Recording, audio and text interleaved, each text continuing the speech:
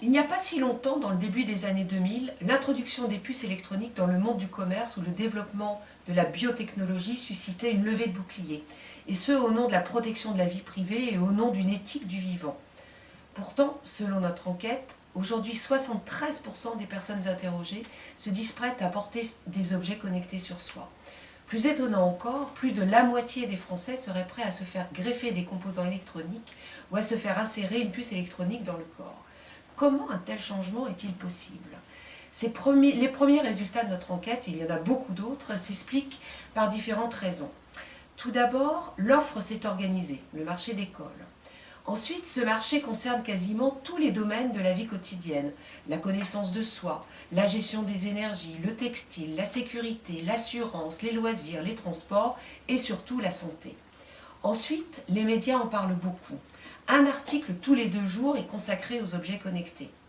Mais nous avons réalisé une enquête lexicologique qui révèle la faiblesse de l'approche critique du discours journalistique.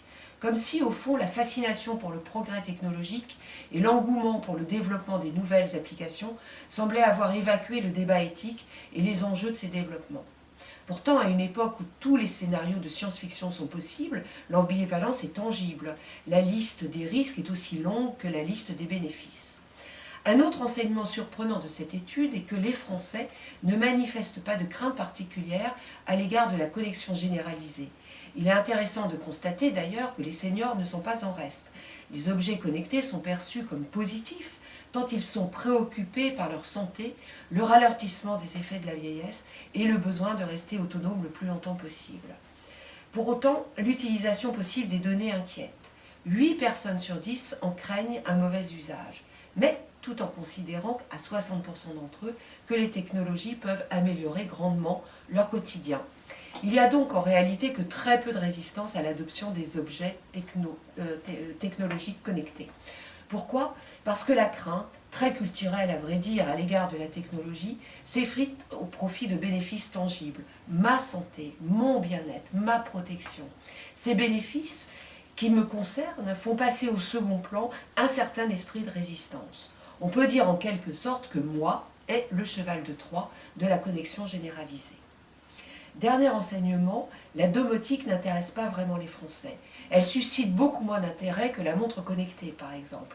Il faut dire que les applications domotiques sont moins directement liées à des bénéfices personnels. C'est peut-être là où la différence se fera. La domotique n'a pas encore véritablement trouvé son sésame, ce que l'on appelle son application killeuse, celle qui permettra de créer l'appétence et les conditions de la confiance. Quoi qu'il en soit, ces utilisations, cette appétence doit être matière à débat. Ou en tout cas, elle devrait l'être. De quelle société voulons-nous ? Comment faut-il éduquer les enfants à la technologie ? Sommes-nous suffisamment armés pour comprendre les enjeux, qu'ils soient politiques ou économiques ? Quelle éthique reste-t-il à construire ? L'autonomie, qui semble être la pierre angulaire de l'acceptation des technologies connectées, en sera d'autant plus éclairée.